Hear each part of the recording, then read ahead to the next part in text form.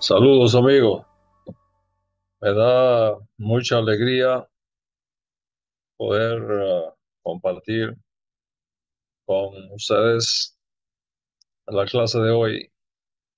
Estoy, estoy muy feliz de compartir este momento con cada uno de ustedes y damos gracias al Eterno por esta magnífica oportunidad que nos da de estar de nuevo en contacto con, con cada uno de ustedes. Y quiero tratar con, con ustedes hoy en la clase. Tiene que ver con el asunto del tercer templo. Muchas personas me han escrito, me han estado texteando también emails y también en comentarios, ¿no? En comentarios eh, han estado compartiendo eso conmigo, su inquietud sobre el tema del tercer templo. Y quiero hablar de esto. ¿Nos conviene realmente un tercer templo? Ese va a ser el tema que vamos a estar tratando en la mesa en el día de hoy. Se habla mucho del tercer templo. Yo he hablado, yo he enseñado de esto en innumerables ocasiones. Y de hecho, todos ustedes tienen a su disposición una serie completa, no como 5 o 6 clases que les he dado, les he compartido sobre Donald Trump, el Mesías, el tercer templo. Yo he explicado que los sacrificios por el pecado que se hacían en el templo no tienen nada que ver con el Mesías sufriente. Y no puedes conectar el Mesías con el templo de Jerusalén. El templo de Jerusalén no es el templo en el que oficia el Mesías. Es más, aunque quisiera, no podía, porque para oficiar en el templo de Jerusalén, tú tienes que ser descendiente de Aarón. Y el Mashiach no es descendiente de Aarón. El Mashiach es descendiente de Judá, es descendiente de David, no califica. Eh, y por otro lado, tenemos la revelación de que Mashiach, pues sí, es de la familia sacerdotal por parte de su madre, pero eso no lo califica para ser Cohen. Para ser Cohen, tu papá tiene que ser Cohen, no tu mamá. Entonces, y además de eso, eh, el sacerdocio de Mashiach viene por la vía de Melquisedec, o por la vía de Aarón. Y como digo, algunos de ustedes me han escrito, me han dejado comentarios que, bueno, al leerlos, sí, al leerlo, entiendo que el asunto necesita un poco de aclaración. Y eso es lo que vamos a intentar hacer en este shiur, dentro de esta idea general de si realmente es apropiado tener un tercer templo. Yo he explicado la importancia del templo como el lugar donde se finalizan los procesos de expiación en todo lo que es perdonable en la ley de, la ley de Moisés.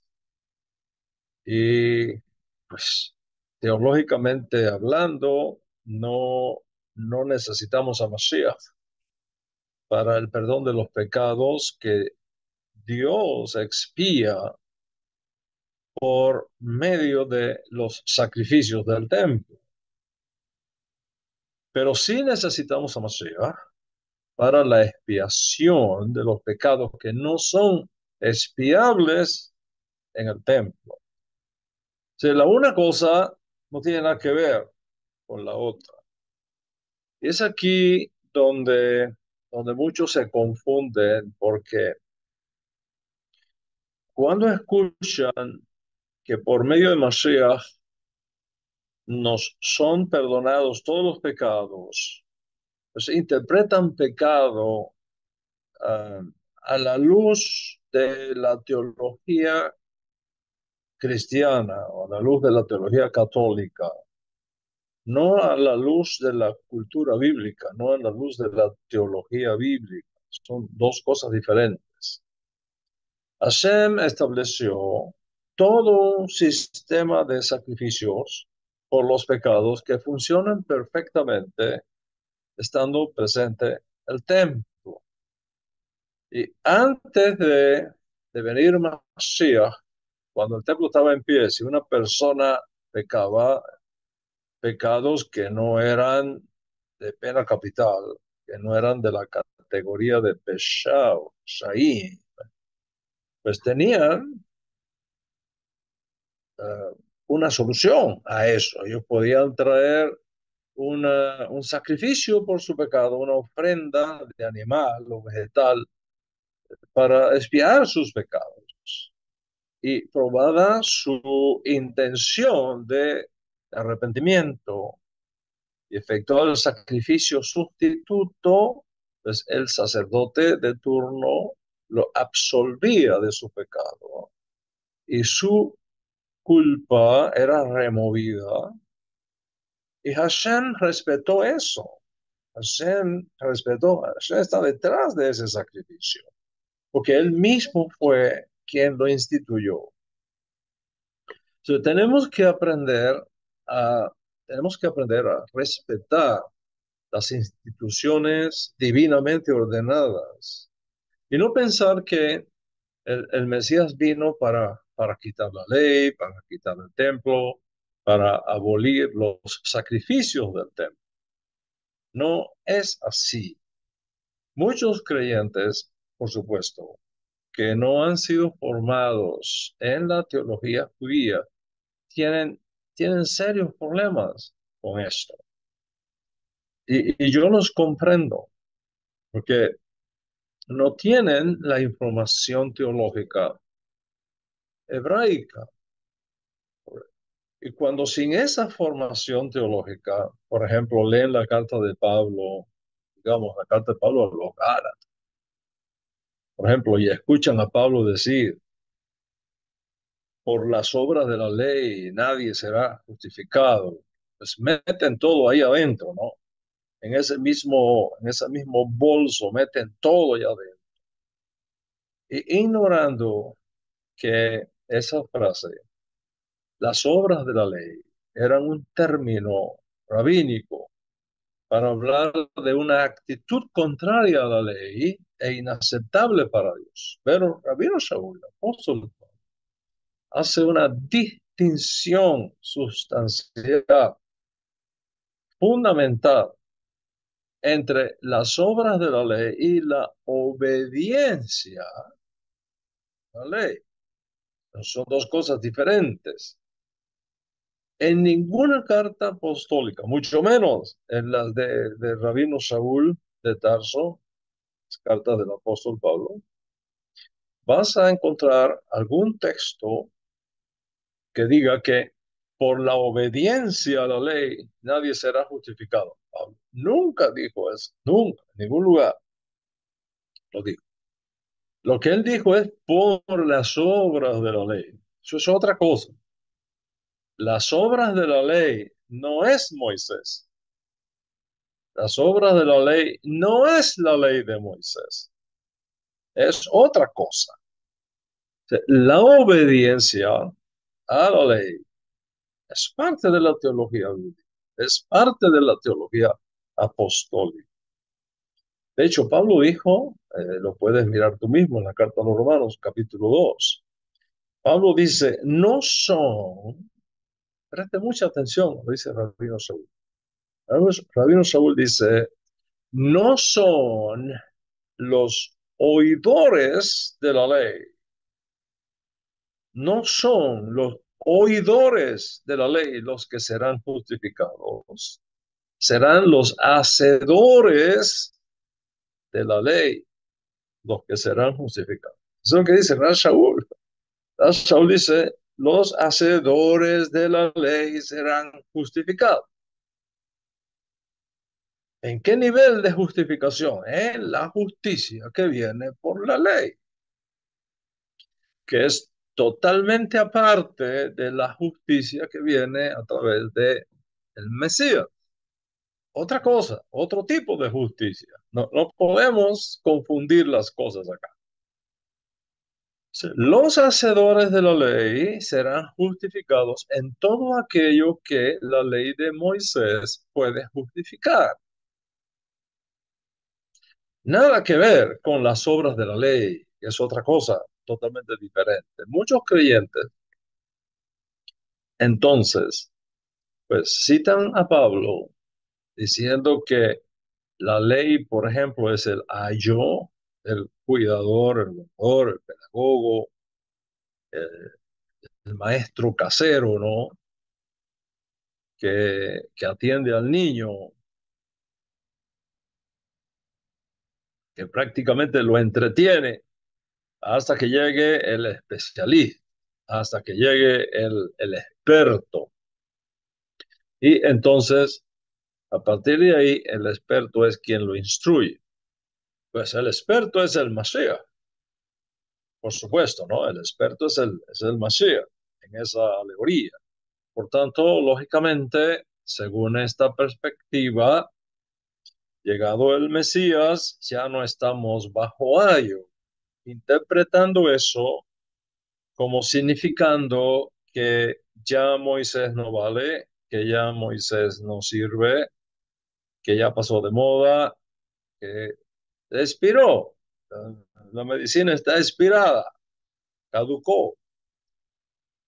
Lo que, lo que no entienden es el contexto de la teología rabínica de Pablo.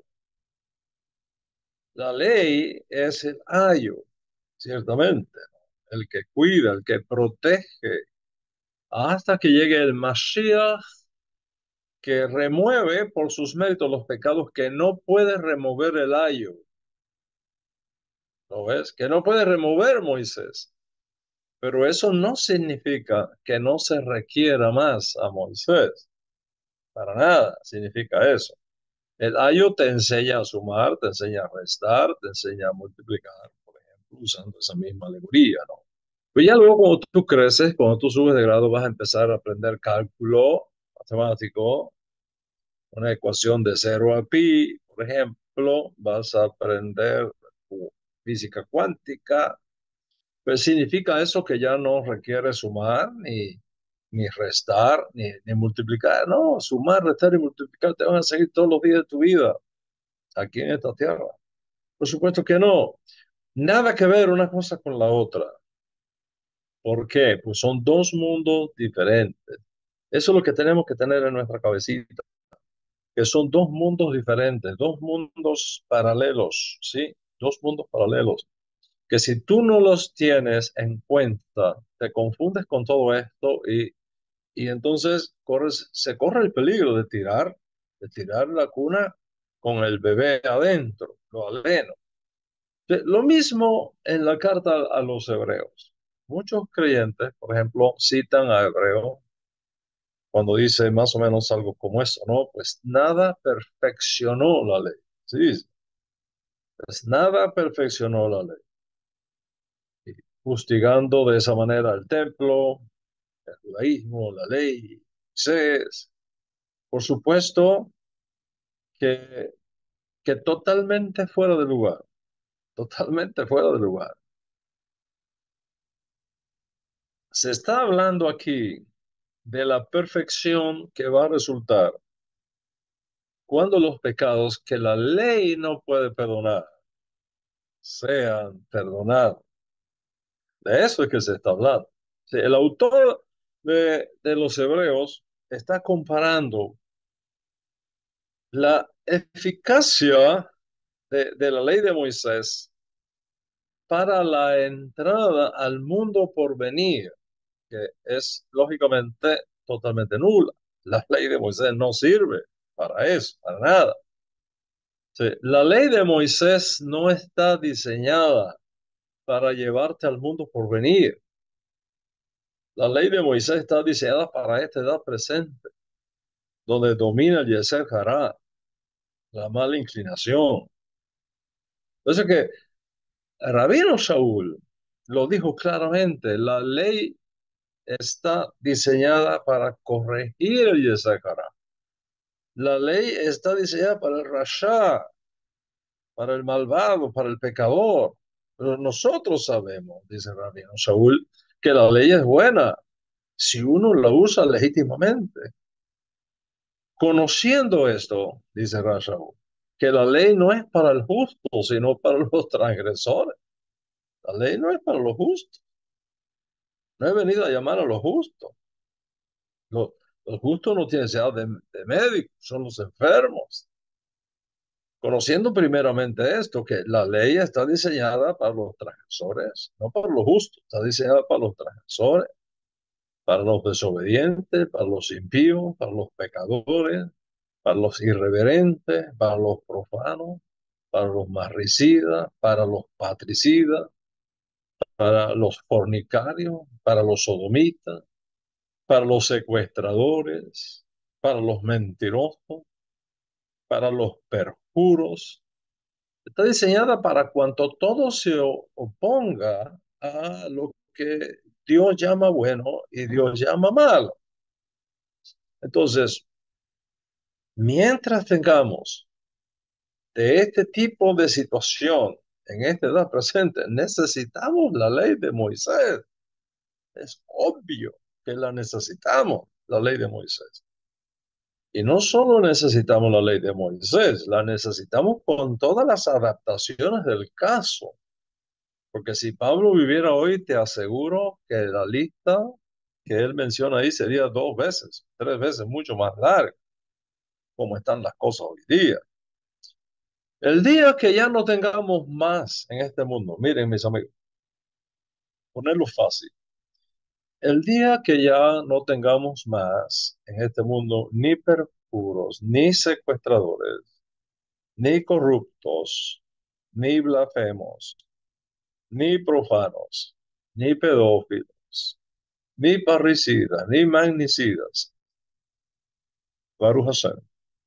El día que estemos así, sin nada de eso, no necesitamos ni de la ley de Moisés, ni de la ley de los hombres. Pero mientras en esta edad presente tengamos malvados, perjuros, necesitamos ley, necesitamos orden, necesitamos los tribunales de justicia, necesitamos la fuerza policial para enforzar las decisiones de los tribunales de justicia. Yo creo que tú me estás entendiendo mucho mejor ahora, ¿sí? Mucho mejor ahora. Si tú no puedes leer la carta a los hebreos ignorando, ignorando que, ignorando que estás hablando de dos universos paralelos, que son esta edad presente, mundo por venir. Y está afirmando que para el mundo por venir, para la edad mesiánica, la ley de Moisés no funciona, señores. La ley de Moisés no funciona para nada. La ley de Moisés no está diseñada para la edad mesiánica. No, no, no, no. Para nada funciona Moisés ahí. Se requiere un sacrificio mucho más excelente que los sacrificios en el templo. Entonces, cuando tú estudias la carta a los hebreos, mira, estás estudiando judaísmo, estás estudiando lo que después conocemos como Mishnah, como Talmud, judaísmo rabínico. Tú no lo puedes sacar de ese contexto hebraico. El propio libro de Hebreo te lo dice desde el comienzo te lo dice. como lo establece el capítulo 2 del libro de los Hebreos, que está hablando del mundo por venir, Señor, no de esta edad presente. La edad presente es solo una comparación. Está hablando del mundo por venir. El autor de Hebreos está realizando una comparación teológica entre la ley de Moisés y la eficacia del sufrimiento del Mesías, situando todo en un argumento dentro de un marco de estas dos edades. Esta edad presente, Olam Hasé en hebreo, esta edad presente, y Olam Habá, el mundo por venir. Busca tu Biblia, busca tu Nuevo Testamento, busca tu Código Real. Ahora lo tenemos Código Real disponible para todos ustedes, tanto en forma digital como en forma de libro. Hebreos capítulo 2 verso 5, léelo por ti mismo. Y ahí está escrito el mundo por venir. Tú no puedes ignorar eso. Dice el Rabino Shaul, si es que fue el que escribió este libro, no sujetó, al lado de Dios, de Hashem, Dios no sujetó a los ángeles, al mundo venidero, acerca del cual estamos hablando. ¿Lo ves? El libro te lo dice desde el mismo comienzo, te lo está diciendo. Y yo estoy hablando del mundo venidero. Está hablando del mundo por venir, no de esta edad presente. Todo lo que él usa que tiene que ver con esta edad presente es para compararlo con su ineficacia para llevarte al mundo por venir, cuya eficacia solamente viene por el Mashiach, por nadie más. Se está explicando que el sacrificio del Mesías sufriente, verlo en un lenguaje que todos podamos entender. El sacrificio del Mesías sufriente no es para esta edad presente, Señor. El sacrificio del Mesías sufriente no es para esta edad presente, es para asegurar tu entrada al mundo por venir. Tú no necesitas a Mashiach para entrar en esta edad presente. Ya estamos aquí. Para entrar en esta edad presente se necesita a papá y a mamá. Hashem nos utilizó para introducirnos a nosotros a esta edad presente. Ya estamos aquí en esta edad presente. No necesitamos a Mashiach para esta edad presente, pero para entrar al mundo por venir, otra cosa. Solo los méritos del Mashiach son suficientes. Nada menos que eso funciona. Entonces, en la carta a los hebreos se plantea que el mundo por venir no va a ser gobernado por ángeles. De entrada, solamente diciéndote eso, las implicaciones teológicas son enormes, porque hay una alusión a los tremendos cambios en el orden cósmico que va a tener lugar, los tremendos cambios en el orden legal, jurídico que va a tener lugar. Entonces, ese solo versículo establece el contexto para toda la carta. Tú no puedes estudiar Hebreos ignorando ese versículo de entrada. Es la puerta de entrada a ese extraordinario jardín teológico que es la carta a los Hebreos. En esta carta se argumenta, se plantea que la ley de Moisés, aunque es sagrada, aunque es efectiva en el contexto de esta edad presente, no funciona, no puede garantizar la entrada, no puede garantizarte la redención de tu alma para el mundo por venir. Eso no significa que no funcione para esta edad presente. Eso es otra cosa. Pero este concepto, por ahí me rebuscar, este concepto de las dos edades es central en el pensamiento rabínico, jurídico y escatológico, donde se distinguen entre el Olam Hazé, este mundo, y el Olam Habá, el mundo por venir. Entonces, si tú no entiendes eso, si una persona no entiende esto básico, va a estar, va a estar pasando todo el tiempo, va a estar patinando todo el tiempo con estos textos rabínicos en la carta a los hebreos, en la carta a los hebreos. Mientras la ley de Moisés tiene su lugar, tiene su función en este mundo porque es santa, porque es justa, porque es buena, para entrar en el Olam Habá, para entrar en la edad mesiánica, tú requieres que la ley de Moisés no sirve para eso. Tú necesitas un sacrificio superior que, que, que reemplaza todo eso, que trasciende todo eso, que va más allá de los sacrificios que se pueden ofrecer en el templo. O sea, el autor de Hebreo está teniendo mucho cuidado de que sus destinatarios siempre tengan presente, como nosotros tenemos que tenerlo presente en este tiempo también, que todos tengamos presente, ellos en sus días, nosotros en los nuestros. Tengamos presente qué cosa, la insuficiencia de los sacrificios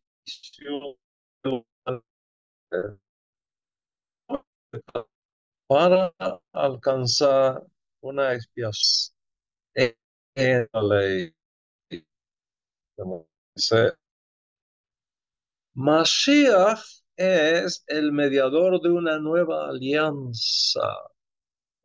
Es maravilloso. Mashiach es el mediador de una nueva alianza para el mundo por venir, amigos. No, Mashiach no es el mediador para los pecados que tienen perdón en la ley. Para los pecados perdonables en la ley, Moisés es el mediador.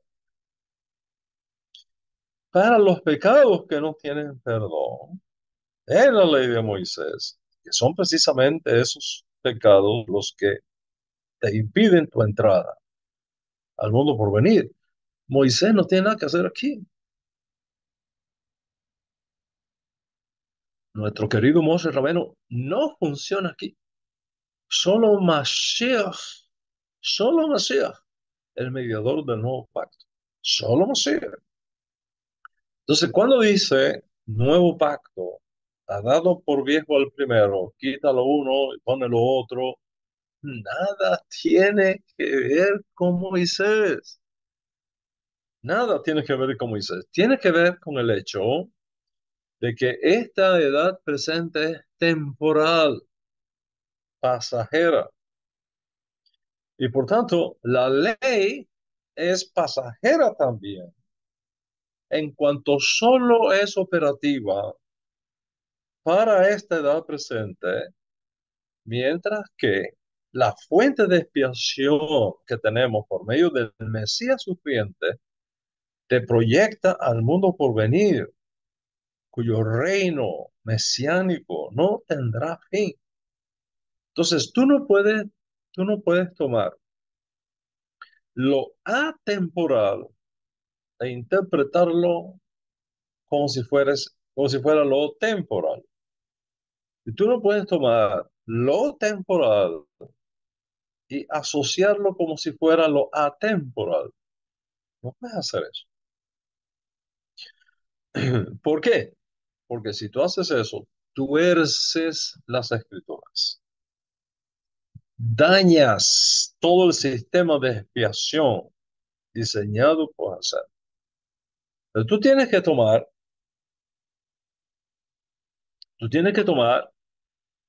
lo espiritual con lo espiritual, lo material con lo material, el mundo por venir con las leyes del mundo por venir y esta edad presente con las leyes de esta edad presente.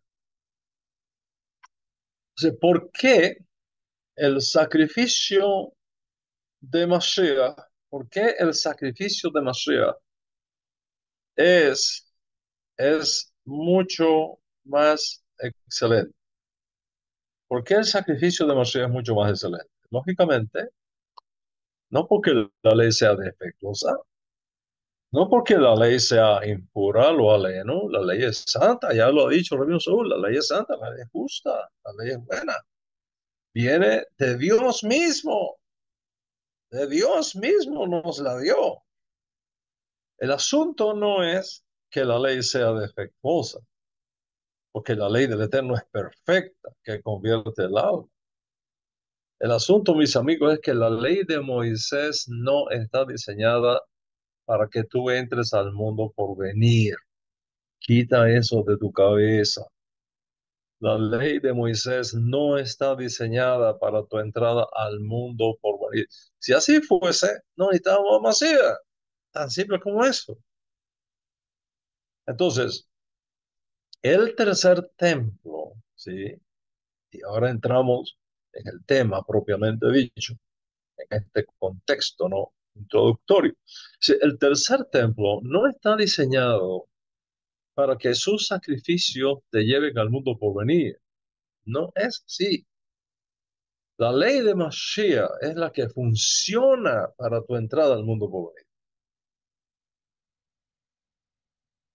La ley de Mashiach, el templo del cuerpo de Mashiach, así lo presenta el propio autor de los Hebreos.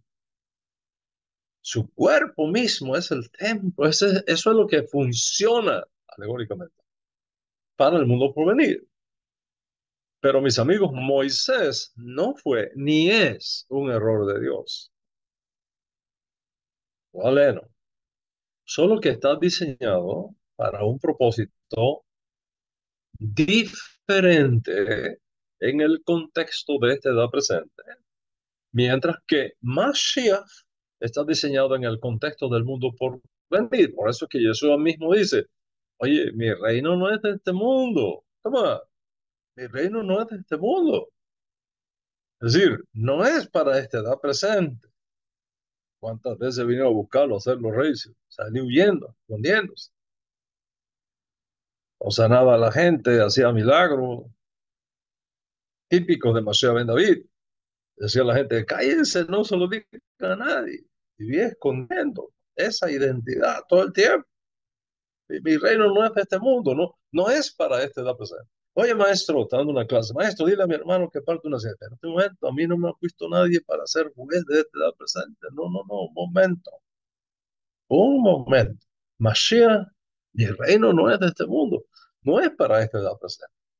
Pero el reino mesiánico no forma parte de la estatua de los reinos de este mundo que le fue mostrado al rey babilónico, como está documentado en Daniel capítulo 2.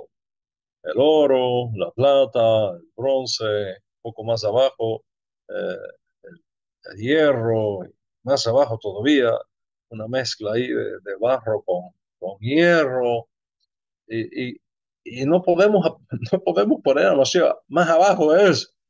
No es así. No es así. Mashiach no forma parte de la lista de los reinos de este estado.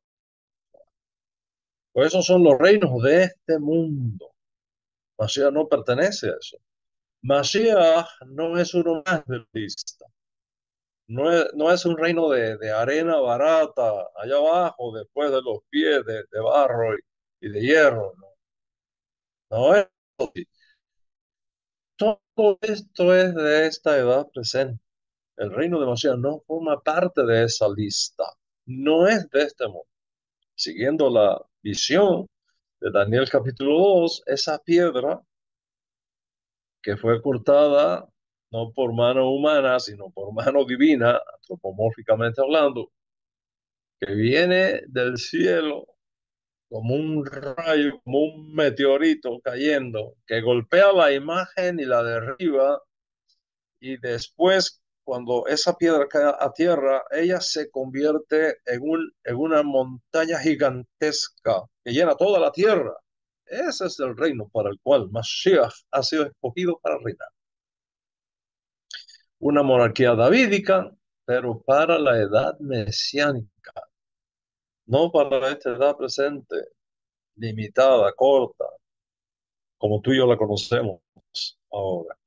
Si tú nunca verás al rey Mesías, nunca vas a ver, nunca lo vas a ver al rey Mesías allá en Jerusalén, recibir una carta del secretario general de las Naciones Unidas, o del secretario o del presidente del Consejo de Seguridad de, de las Naciones Unidas para escuchar acusaciones de un grupo terrorista contra Israel. Mashiach no funciona así. Mi reino no es para este la presente, que tiene los días contados. Los reinos de Mashiach, el reino de Mashiach es un reino que no tiene fin, un reino que no tiene fin. Aquí en la Tierra, no allá en Marte, no allá con Mons, no allá en Júpiter, por allá, no, aquí en la Tierra, una Tierra transformada, que nosotros esperamos cielos nuevos y tierras nuevas, una Tierra donde se va a quitar y se secará para los súbditos de ese rey. Entonces, ¿necesitamos el tercer templo? Sí, lo necesitamos. Necesitamos el tercer templo. ¿Necesitamos la ley de Moisés? Sí, necesitamos la ley de Moisés. ¿Anula esto o disminuye esto en algo a Mashiach? Absolutamente no, absolutamente no. Todo lo contrario, lo confirma. Dice Rabino Shaul en esa pregunta retórica que él se hace para hacernos reflexionar. ¿Destruimos la ley por la fe?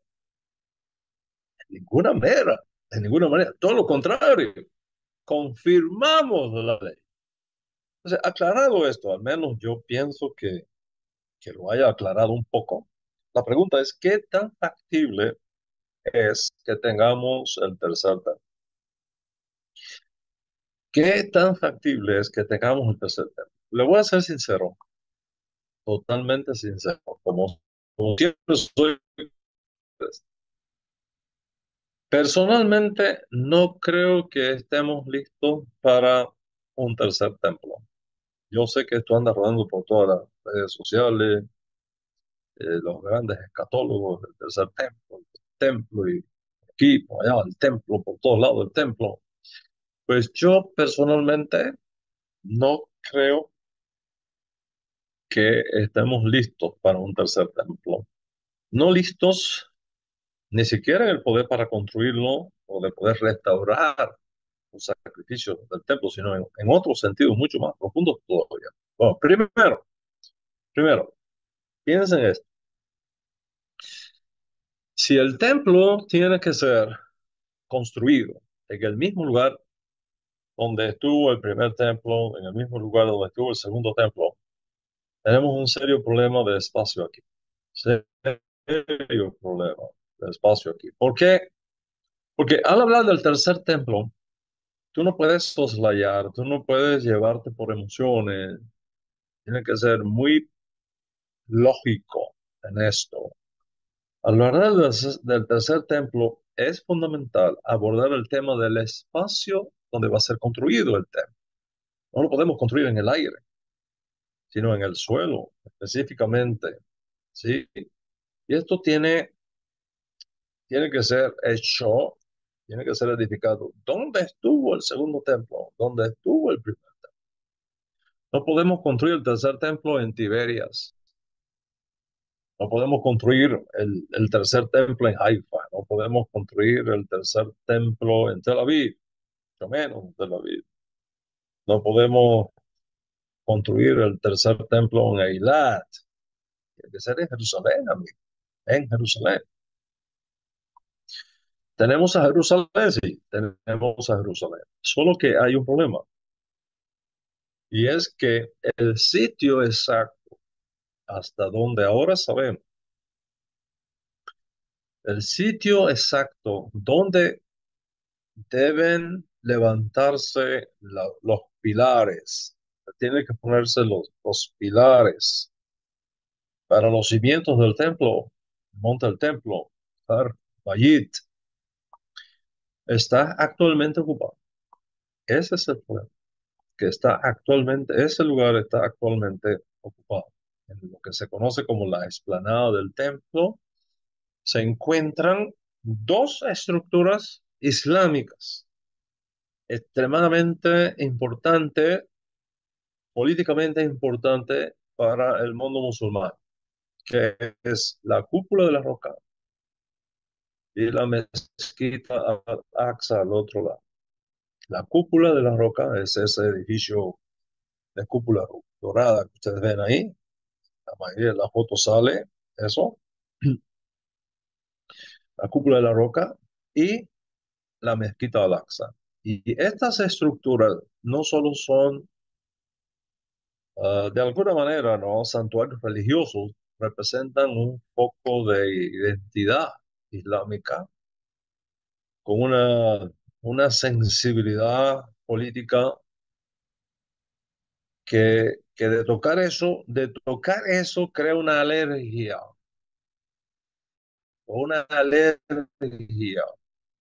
en todo el mundo musulmán. Estamos hablando de 1.500 millones de musulmanes. Está alérgica, política, religiosa también, pero política primero. Pues vamos a hacer práctica. Podemos demoler la cúpula de la roca y entrar con bulldozer a la mezquita Al-Aqsa. Bueno, sí, de que se puede, se puede. Pero en 3 días tenemos una guerra mundial. En 3 días estamos en una guerra mundial. Todo el mundo sabe eso. Segundo, estamos hablando de espacio físico para construir un tercer templo en el mismo lugar en que tuvieron el primero y el segundo. Había, no sé, tendríamos que modificar, teníamos que reducir, habría que remover algunas estructuras actuales. Y aunque no es imposible, debido a las tensiones religiosas y las polémicas, las disputas que hay en esa área, tocar eso es serio. Tocar eso tiene implicaciones que hay que pensarlo dos veces. Además, el monte del templo no es solo un terreno vacío que tú puedes reutilizarlo así nomás. Pues los límites sagrados establecidos en la Torá para, para el templo y establecidos en la jurisdicción talmúdica que preserva esa información que forma parte de la tradición judía, dictan que el templo tiene que erigirse exactamente, puede ser un ladito, no puede ser a 3 metros, a 5 metros, 10 metros, tiene que ser exactamente, tiene que levantarse exactamente donde estuvo el altar del primer templo, lo cual añade una tremenda complejidad para, para lograrlo. Cualquier intento, cualquier intento de construir el tercer templo en este sitio se va a enfrentar a una resistencia global, no solo regional, sino global, que va a ser masiva. No solamente una resistencia del mundo musulmán, sino también de toda la comunidad internacional que ve en Jerusalén un punto de equilibrio geopolítico extremadamente delicado que hay que saberlo cómo tratar, con manos muy finas, cirugías muy finas, de cualquier intento o sospecha de intento de desplazar o modificar el status quo de la explanada del templo podría desencadenar conflictos a tan grande escala que pondría la seguridad y la estabilidad no solo de nosotros en Israel, sino de todo el mundo en el Medio Oriente y en América, Europa. Aquí no se salva nadie. Si eso se toca mal, toca. O sea, dado este contexto, es necesario cuestionar, ¿no? Preguntarnos si la reconstrucción del templo en este lugar es práctico o si existen alternativas que puedan cumplir los propósitos espirituales y comunitarios que el templo cumplía sin desencadenar una tercera guerra mundial, sin desencadenar una crisis geopolítica de dimensiones cósmicas. Por supuesto, tenemos claro algo, no necesitamos, y aquí no podemos soslayar esto. Nosotros no necesitamos ningún permiso de las Naciones Unidas para reconstruir el tercer templo. Ya el permiso nos lo dio Dios, lo tenemos. Moisés nos lo entregó. No necesitamos un permiso de la Unión Europea para construir el tercer templo. Ya Dios nos dio esa orden. Por eso es que tenemos tuvimos un tabernáculo, tuvimos un primer templo, tuvimos un segundo templo. Dios ya dio la orden. El tercero está bajo la misma jurisprudencia mosaica. Y por otro lado, el deseo de reconstruir el templo es profundamente legítimo, totalmente legítimo para el pueblo judío. Teológicamente tiene un valor impresionante. Sin embargo, la realidad geopolítica y física del espacio en Jerusalén hace que tengamos que pensar esto bien. Tiene que haber una reflexión muy cuidadosa. Tenemos que tener un enfoque muy sabio aquí, muy flexible y posiblemente muy creativo, extremadamente creativo, que pueda ayudarnos a cumplir los anhelos religiosos de todos nosotros, de todos los judíos, que una de las cosas que oramos todos los días es que Hashem nos permita reconstruir el tercer templo. Ahora, ¿es viable eso? ¿Es viable realmente cuando tienes en cuenta todo esto que te estoy hablando? ¿Es viable esto? Pues la única viabilidad, humanamente hablando, como yo lo veo, la única viabilidad es que alguien de influencia mundial sea capaz de negociar esto a favor de Israel, concediendo en una negociación. Tú no puedes ir, a ver, tú no puedes ir a una negociación pensando que el otro lado es el único que tiene que ceder. Si tú vas a negociar algo, pues oiga, te tiene que ir dispuesto a que hay cosas que vas a tener que entregar para poder recibir otras, ¿sí? Según tus intereses. Tú decides cuáles son tus niveles de entrega, qué doy, qué recibo. Eso es una negociación. No podemos ir a una negociación diciendo yo no doy nada y tú me das todo. Ya, eso no es una negociación. Entonces, ¿qué se me ocurre? Solamente alguien, humanamente hablando, líder, que tenga una tremenda influencia mundial, que represente un país o un grupo de países con extraordinarios recursos, que sea capaz de negociar con Israel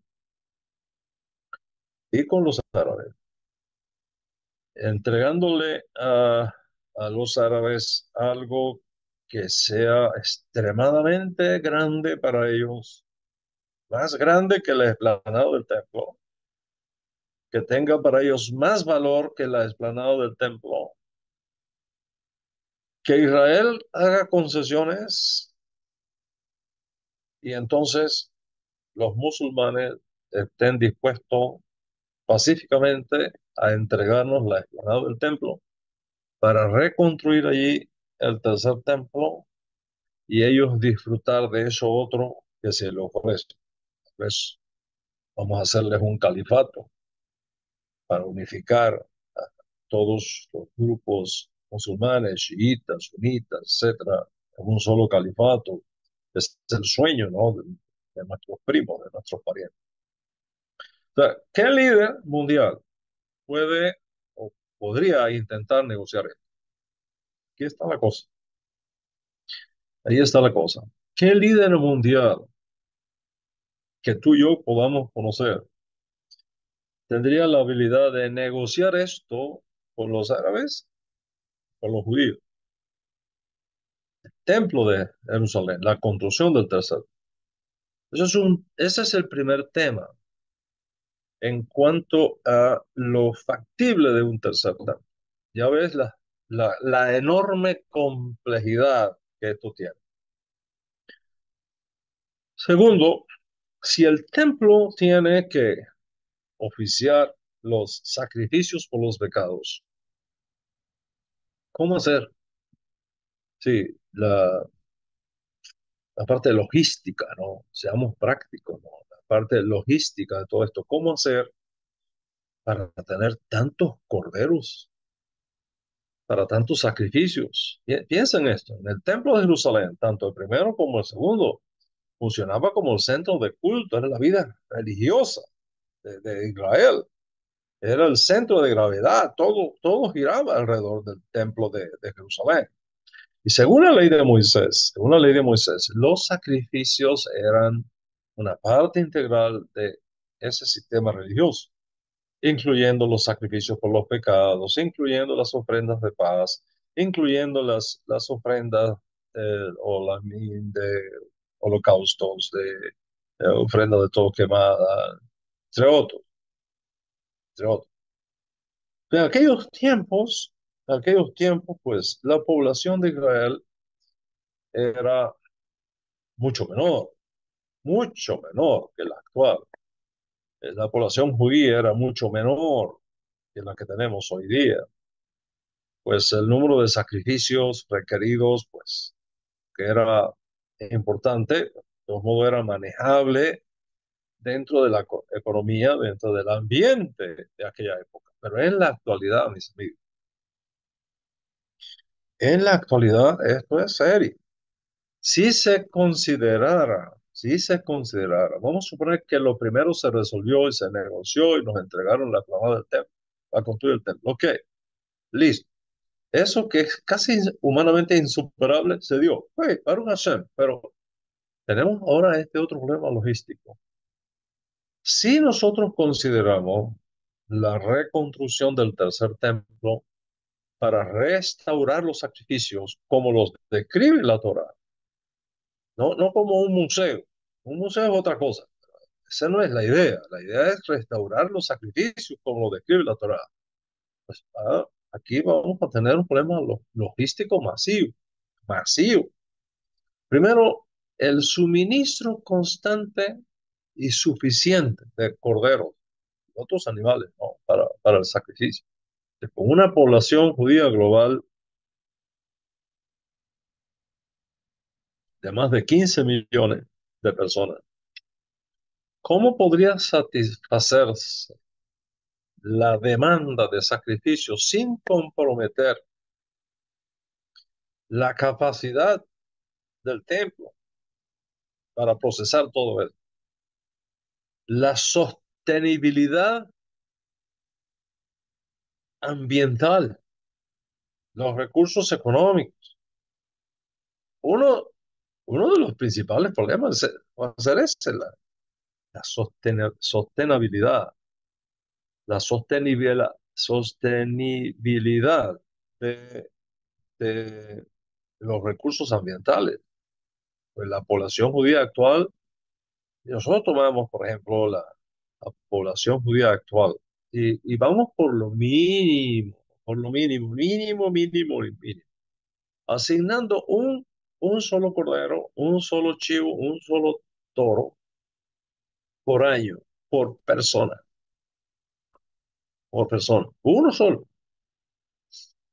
Oiga, necesitaríamos, saca la cuenta, yo estuve sacando la cuenta los otros días, estamos hablando de por lo menos 30 millones de corderos, 30 millones de chivos, de toros, para poder mantener el ritmo del servicio del templo. Y entonces, pues, tú te imaginas todo eso. ¿De dónde vamos a criar todos esos animales en la tierra de Israel? La tierra de Israel es pequeña. ¿En qué finca caben todos esos animales? Y por otro lado, amigo, ¿te has puesto a pensar cuántos sacerdotes, cuántos levitas se necesitarían para atender las necesidades de 15 millones de personas, aunque sea una vez al año. Yo hice los cálculos y asustan, asustan. Estamos hablando de más de 80.000 sacrificios diarios que habría que hacer. Eso ocuparía a más de 240.000 sacerdotes, más de 160.000 levitas asistiendo a los sacerdotes. Más el tiempo, que no es llegar con un animal y pum, vámonos. No, no, no era así. Ese animal había que traerlo. El sacerdote tiene que revisarlo bien, aseguro que no tenga ningún defecto.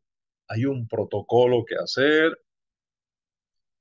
Hay que, hay que abrazar al animal. El sacerdote tiene que asegurarse que la persona cuando ponga las manos sobre el animal esté consciente de lo que está haciendo, esté consciente de que realmente está confesando sus pecados de corazón. El sacerdote tiene que asegurarse de eso.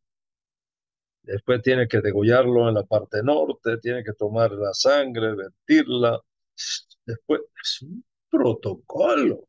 No es así, pim, pam, pum, no es así que funcionaba eso. Hey, imagínate 80.000 sacrificios ya. Y ese número no incluye el personal adicional que se necesita para la limpieza, el mantenimiento del templo, la administración, el poner a todo el mundo en la lista de espera apropiada, otras funciones no esenciales. O sea, cuando tú ves todos estos números, te puedes imaginar la magnitud del desafío logístico que significaría mantener el templo funcionando actualmente como están las cosas. Pues si es que estamos hablando de un templo similar al templo de la Torá, si lo que queremos es un museo, eso es otra cosa. Si lo que queremos es que funcione como manda de la Torá, como ordena la Torá, como ordena Moshe Rabbeinu, en la complejidad moderna, personalmente creo que humanamente supera nuestra capacidad logística y funcional. Mira, de pensar solamente en la cría de millones de corderos anualmente, toda la logística que está detrás de todo eso, se me hace muy difícil que podamos digerir cómo manejar todo eso apropiadamente. Personalmente, yo no lo veo viable. Y por otro lado está el tema de los sacrificios mismos de los animales. Pues en la antigüedad, eso era normal, nadie protestaba.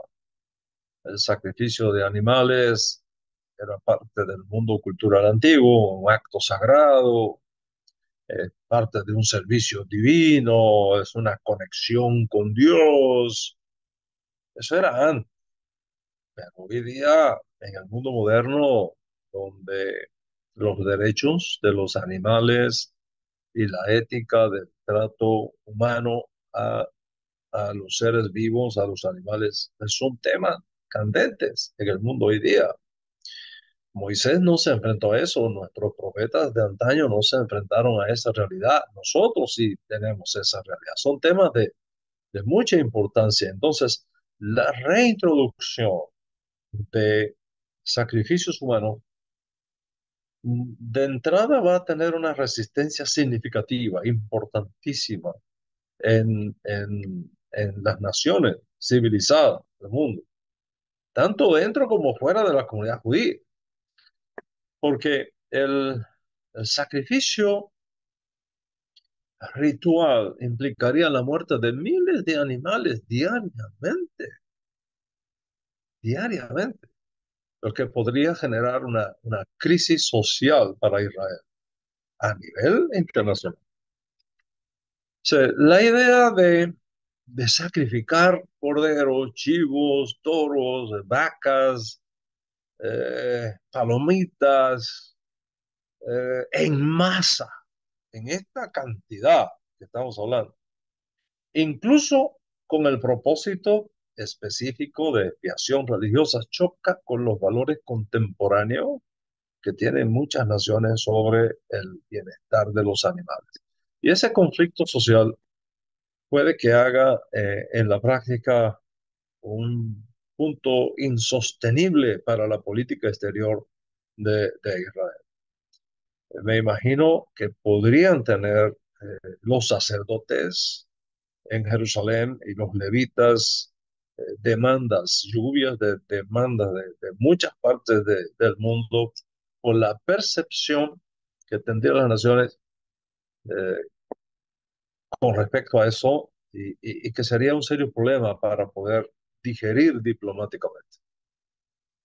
Entonces, Israel no tenemos ni las tierras, no tenemos los recursos para poder mantener una cría tan enorme de animales para sacrificarlo por miles diariamente. En mi opinión, el mantenimiento de ese sistema sacrificial sería en este momento, insostenible. Es por eso que se me hace difícil pensar cómo vamos a resolver esto. No, tal vez los rabinos, el rabinato de Israel, se reúna y encuentre una salida salomónica a todo esto, ¿no? Y diga, bueno, pues ¿sabe qué? Solo el sacrificio diario y nada más. Eso puede ser una alternativa. Un cordero en la mañana, otro cordero en la tarde y hacer colgar todo de esos dos sacrificios diarios. Eso podría ser nativa, pero al mismo tiempo, eso no es lo que dice la ley de Moisés. Como quiera que lo ponga, es sumamente complejo, sumamente complejo. Sin embargo, yo creo que hay un tercer problema, en mi opinión, el más serio de todos. O sea, si esos dos primeros son serios, este es más serio todavía, este es más serio todavía. Pero esto lo vamos a tratar en la próxima clase. Ya no tengo más tiempo por hoy para hablar de eso. Creo que por ahora es suficiente.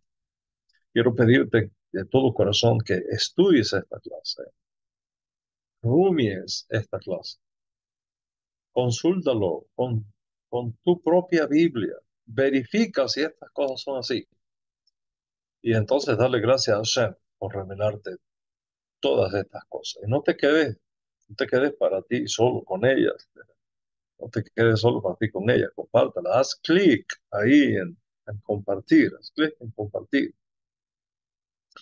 Ayúdame, ayúdame para que otros puedan recibir esta revelación que tú has venido recibiendo conmigo en tu canal Jayen TV. Y para concluir, les tengo una buena noticia. Para concluir, quiero anunciarles que ya está a disposición de todo el pueblo hispano, de todos ustedes, mis últimos dos libros. Sí, mis últimos dos libros. Número uno, La teología de la conversión.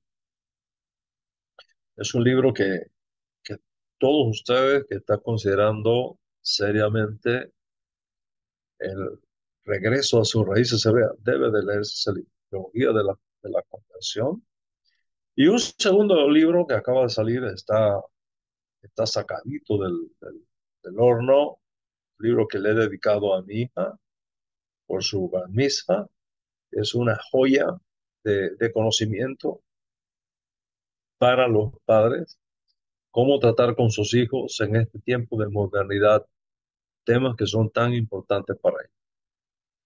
Y todos mis libros los puedes conseguir en amazon.com. Te voy a compartir, creo que por acá está la página. A ver si está por aquí la página. Creo que sí, creo que es esta. Sí, déjame ver. A ver, creo que aquí está la página. Entonces, ver si por acá se la puedo mostrar. Creo que sí. Creo que aquí la pueden ver. Ahí yo creo que vamos a ver, ¿no? A ver, yo creo que aquí está. ¿Lo pueden ver? Yo creo que ahí la tienen, ¿sí? Ahí la pueden observar, pienso yo. A ver, vamos a ver. Sí, yo creo que ahí lo tienen, ¿sí? ¿Lo pueden ver ahí? Creo que ahí lo pueden ver. Sí. Antes que te vuelva, mujer, ahí está en Amazon. Lo puedes conseguir ahí en Amazon. Y también acá tienes Raíces Hebreas del Cristianismo.